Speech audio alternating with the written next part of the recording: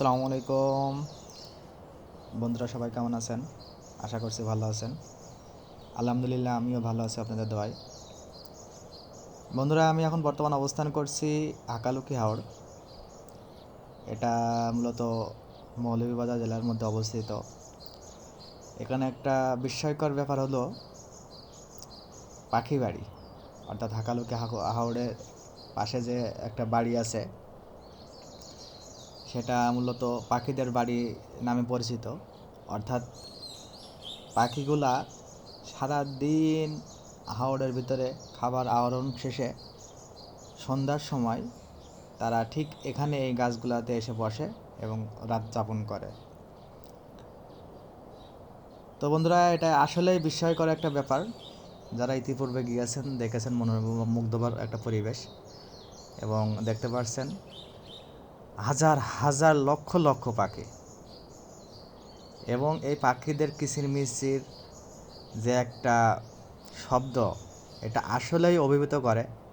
এবং মানে যারা রেগুলার গিয়েছে তারাই একমাত্র বলতে পারবে যে আসলে এখানকার যে একটা পরিবেশ, পাখিদের যে মানে কিচিরমিচির একটা যে ডাক, এবং এই যে মাথার উপরে এইভাবে পাখিগুলা যে ঘুরছে, মানে আসলেই একটা মনোমুগ্ধকর পরিবেশ। তো যারা সিলেটে বেড়াইতে আসেন দূর দূরান্ত থেকে, অনেকেই হচ্ছে শ্রীমঙ্গলে আসেন, অনেকে আপনার জাফলং, ভোলাগঞ্জ, সাদাপাথর এসে বেড়ায় যান। তো তাদেরকে একটা সাজেস্ট আমার থাকবে, তারা চাইলে কিন্তু এই জায়গাটা পরিদর্শন করতে পারেন। এটার সৌন্দর্য জাফলং, ভোলাগঞ্জ এর থেকে কোনো অংশে কম নয়। হ্যাঁ, এমনকি এখানে এই যে হাকালুকি যে হাওরটা, এই হাওরটা কিন্তু বাংলাদেশের সবচেয়ে বড় হাওর। অনেকে টাঙ্গুয়ার হাওর যায়, সেখানে মেঘালয় যে আছে পাহাড়গুলো দেখা যায়। এই পাহাড়ের সৌন্দর্যের কারণে হয়তো বা হাকালুকি টাঙ্গুয়ার হাওরে প্রবেশ করে, বা ওইদিকে আর কি অনেক ট্যুরিস্ট এলাকা হিসেবে পরিচিত। বাট এই জায়গাটা কিন্তু তার থেকে কোনো অংশে কম নাই, ঠিক আছে? সো এখানে আপনারা এসে অবশ্যই ভ্রমণ করে যাবেন। আশা করছি আপনাদের ভ্রমণটা বিফলে যাবে না। এটার লোকেশন হলো মৌলভীবাজার জেলার বড়লেখা উপজেলা। বড়লেখা, বিয়ানীবাজার, কুলাউড়া, জুড়ি, এবার এসে ফেঞ্চুগঞ্জ, এই উপজেলাগুলোর মাঝে আর কি পড়ছে, মৌলভীবাজার জেলার ভিতরে আর কি হাকালুকি হাওড়।